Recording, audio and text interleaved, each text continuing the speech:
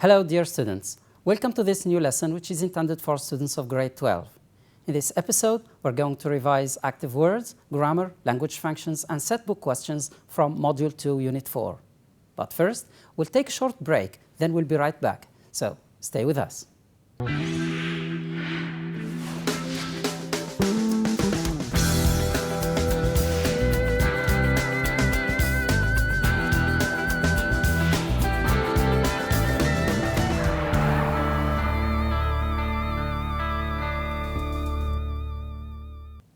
Welcome back, dear students. As I said earlier, today we are going to revise active words, grammar, language functions, and set book questions from Module 2, Unit 4. Okay, so let's get started right away. The unit is entitled The Earth at Risk, and we'll start with the first part of our revision for today, which is vocabulary. We're going to revise active words from that unit. Let's start with exercise number 1, which is a multiple choice exercise. So choose the best answer from A, B, C, and D. Sentence number 1 reads, snow and ice have left many roads and motorists are warned to drive slowly. Here comes the options to choose from. Okay? Because this is a revision, I want you to practice. Okay? I want you to pay attention and to be mentally engaged with me. Okay? So be vigilant and let's have the list of words. So, treacherous. Is this the adjective that could complete the meaning of the sentence? The second word is unwarranted. The third one is intrinsic, and the last one is prevailing, which means spread. Okay? Intrinsic means essential. For unwarranted, it means not justified. And for the word treacherous, it means dangerous. Okay? Have a go, few seconds for you to think, and the correct answer is treacherous.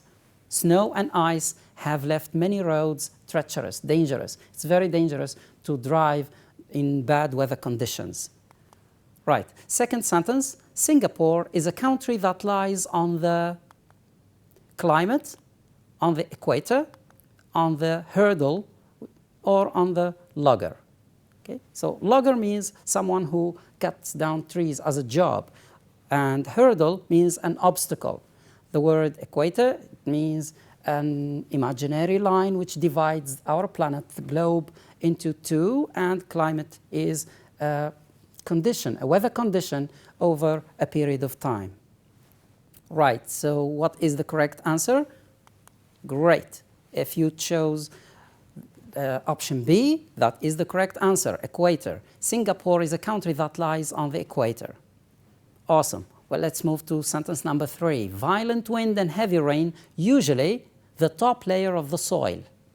Okay, so what does violent wind and heavy rain do to the top layer of the soil? Graze, reclaim, precipitate, or wash away. Very easy to figure out. It's the phrasal verb wash away, which means to erode. Okay? So the complete sentence reads, violent wind and heavy rain usually wash away the top layer of the soil. Okay? So the wind destroys, in a way, it washes away, it erodes the top part of the soil.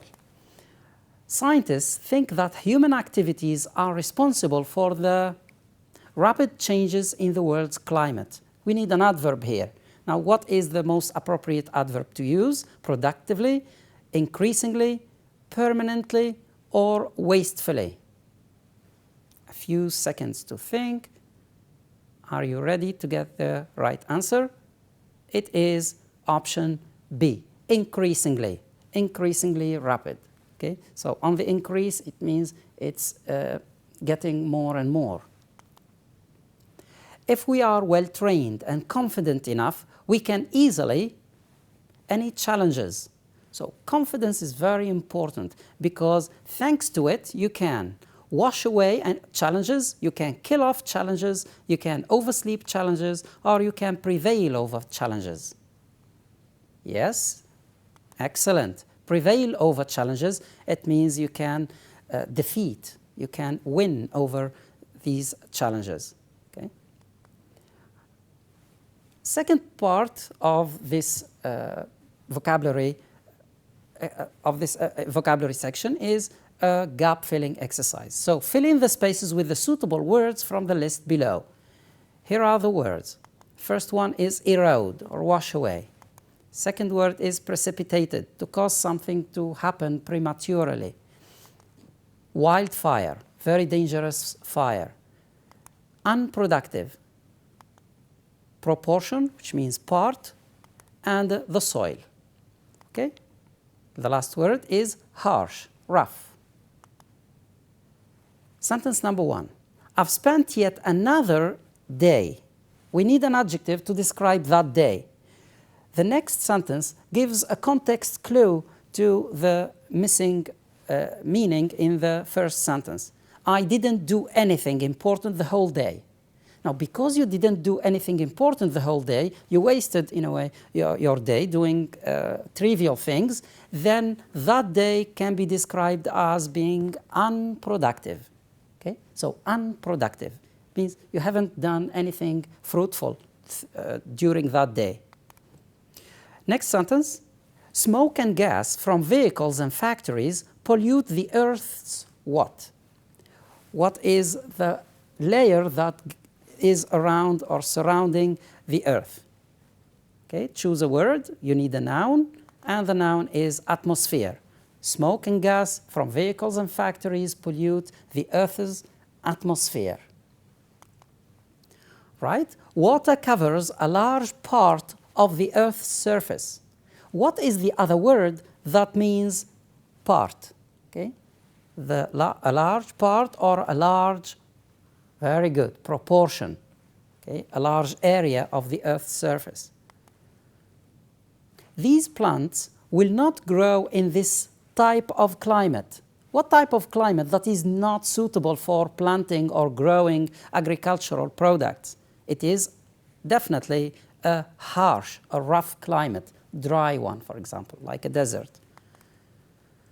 Great. So without protection from plants, the riverbanks, and this is the riverbanks, it's the side of the river. Okay, so when we use the word bank with the word river, it means the side of the river. Okay, it does not mean the institution, the financial institution that you know. Okay, so the riverbank means the riverside. So what happened to it? It began to wash away. Another word for being washed away is to erode. Now, another type of exercise is definitions. And in definitions, you will have, and this is good for the quiz. Okay, so during the quiz, you will have this type of exercise, a sentence, and in the sentence, you'll have an underlined word, and you'll have 4 different definitions. You're going to choose the definition that matches best the meaning of the underlined word. Let's read the sentence. The farmers in this area mainly cultivate rice and beans. The word in question here is cultivate. Does it mean to agree, to grow, raise, plant, or sow, or to put into effect, or option D, to make practical and effective use of? It's very clear. The farmers in this area mainly cultivate or grow rice and beans. Okay, so option B here is the best definition. Okay, another sentence which reads, the rain will wash away the footprints. The phrasal verb wash away means to carry something away by force, to put into effect, to make practical and effective use of, or to grow, raise, plant, or sow. The answer is definitely to carry something away by force. Okay? Another sentence from the same exercise, they traveled over frigid lands. What type of land that can be described as frigid? Is it a land which is slightly wet, extremely important and necessary, very cold in temperature, or very impressive or effective? It is very difficult to travel over frigid or very cold in temperature. Okay? So when the weather is freezing cold, we say it is frigid. Great. The second section of this revision is grammar. And first question is going to be a multiple choice exercise. Okay? Lack of vitamin, his illness. So lack of vitamin because his illness, in order to his illness, so that is his illness, or is the cause of his illness? Yeah? So very clear, very straightforward. We're going to choose option D. Very good. Lack of vitamin is the cause of his illness. Okay, so what caused his illness, what caused his ailment or disease is lack of vitamin. I need a drink. I am feeling thirsty. Let's link the first part of the sentence with the second part of the sentence using one of these words. Because of, so that, or is the cause of. What do you think? I need a drink to, I need a drink, I'm feeling thirsty. The right option is because. I need a drink because I am feeling thirsty. Okay, so the person is justifying, he is giving the reason why he needs a drink, or why he needs a drink. Next sentence, I closed the window, the wind couldn't get in. So the purpose of closing the window, because the wind couldn't get in order to, the wind couldn't get in, so that, or is the cause of. Okay, are you ready to give me the correct answer? 3, 2, 1, and the answer is going to be revealed. It is so that. I closed the window so that the window or the wind couldn't get in. Farmers use machinery, harvest their crops because, in order to, so that, or is the cause of. The answer is in order to. Notice that here after the space we have a verb, harvest, and that's why we need to use in order to and not so that, because after so that you need to use a clause, a subject and a verb, but here we have a verb, it is in the bare infinitive, that's why we need to use in order to. Okay, another word to replace in order to is so as to, or simply you use the word to. The lecture was so interesting. What's the result? All of the students paid attention. So, how do we link or we introduce a result? Do we use so as to, due to, so, or in order not to? Okay, the correct answer is this. So, the lecture was so interesting, so all the students paid attention.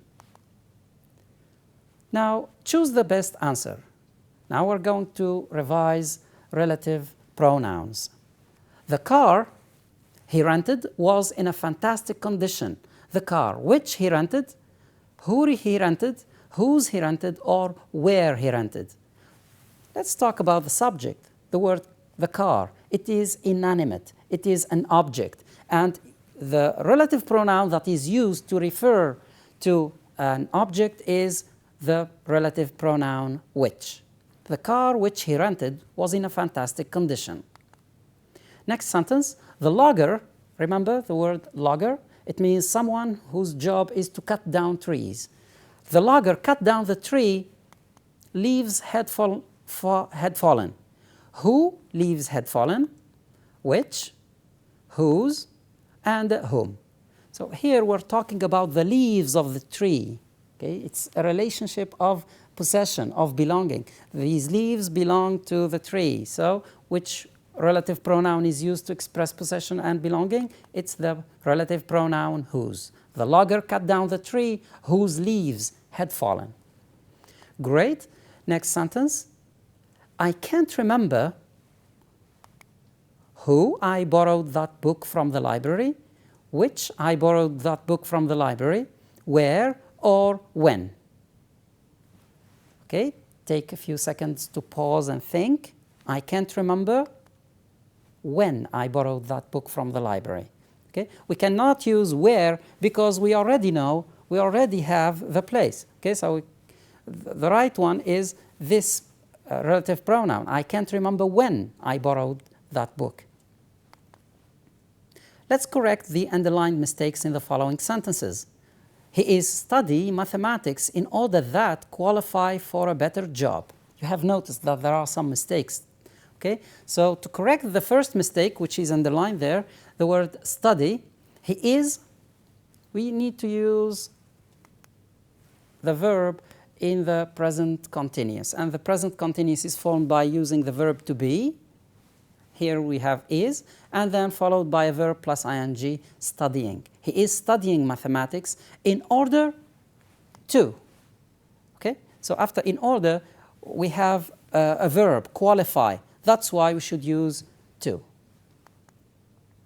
She learned typing in order to helping her husband with her work. So she learned typing in order to, after to, we should use the bare infinitive. So let's take the verb and delete or omit the ing. It turns into help. She learned typing in order to help her husband with, not her work, with his work. I came back home because of I had to take care of my parents. I came back home because I had to take care of my parents. He is staying on in Australia since 9 more months. 9 more months is a period, it's a duration. That's why we should use for instead of since. More months so that he could. Why do we use could? We simply use can because the sentence is in the present tense. So he can perfect his English. To perfect means to improve, to excel. Okay, now let's move on to language functions. And in this part, the first question reads, what would you say in the following situations?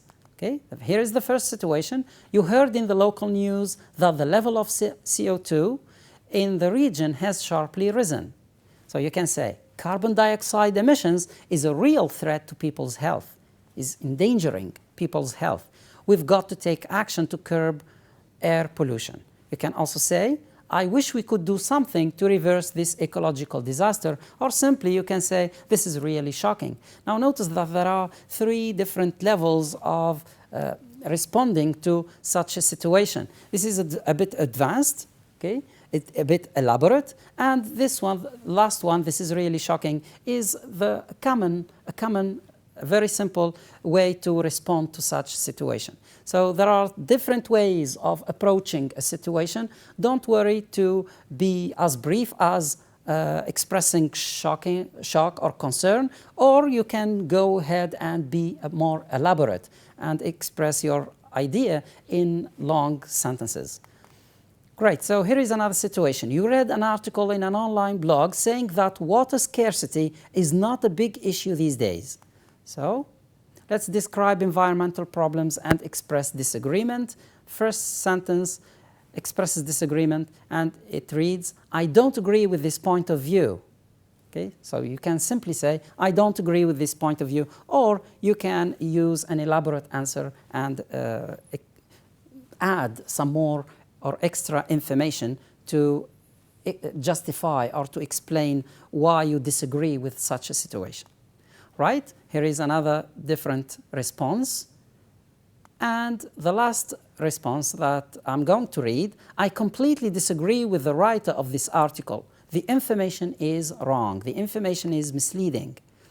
Okay, another situation, your new neighbor doesn't know why you wash your car using a water bucket instead of a hose. So give explanation, describe the problem and its effect, or express your preference. You can say it's simply because a hose uses more water when washing the car. Or, I believe using a hose wastes hundreds of liters of water. 1 bucket of water is enough to wash my car. Okay? One of your soccer teammates says that smoking doesn't seem to affect his health. To respond to such a situation, you can express disagreement, you can warn him, or you can give explanations. Here are a few answers. This is a complete nonsense. You can say, this is nonsense. Okay? I can't understand this. Or you can say, well, it may seem harmless in the beginning, but it's very dangerous later on. Or you can say, and this is a warning, this is a serious warning, if you don't quit soon, I'm afraid I'll have to tell our coach about this bad behavior. Okay? Or simply you can say, are you serious? Okay? Are you serious about this? Or you say, I think you don't know what you're talking about. You may get lung cancer because of smoking. Right, now last part of our revision is going to be set book questions. Let's go through the first question. Which are the most pressing environmental issues facing the world today? This question simply means, what are the environmental problems our world is suffering from? So here is a list. Water scarcity. You can think of treacherous wildfires, pollution, floods. Okay?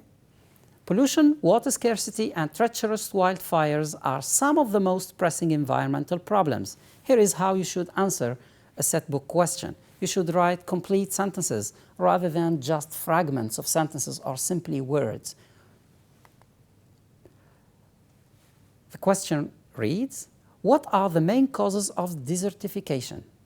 Desertification means the changing of productive land, fertile land, into a barren and unproductive area. So desertification occurs as a result of human activities such as deforestation, overgrazing the land, or overcultivation of the land. Okay? Now, what might happen as a result of the destruction of the top layer of the soil? This same question can be paraphrased into this. How does deforestation affect us and our environment? What's the effect of deforestation on us? Well, as a result of deforestation, farmers can't graze their animals anymore. Again, people's health is affected badly because of the dust traveling long distances. And some people may die because of shortage of food and water. So this is really serious. And the land can no longer be used for growing crops. It turns into a barren and infertile, unproductive land that is not suitable for growing any vegetation. Next question reads, and this is question 3 in the set book revision for today. How do trees prevent desertification? What are the benefits of trees? Tree roots prevent soil erosion because the roots, they maintain the soil together. Without trees, there's nothing to stop the wind and rain from blowing or washing away or eroding the top layer of the soil. Okay, so this is the top layer of the soil. Why is the Amazon rainforest important to man? Okay, this is the 4th question. And the rainforest, the Amazon rainforest, is very important because it reduces the level of carbon dioxide, CO2, in the atmosphere and provide us with oxygen.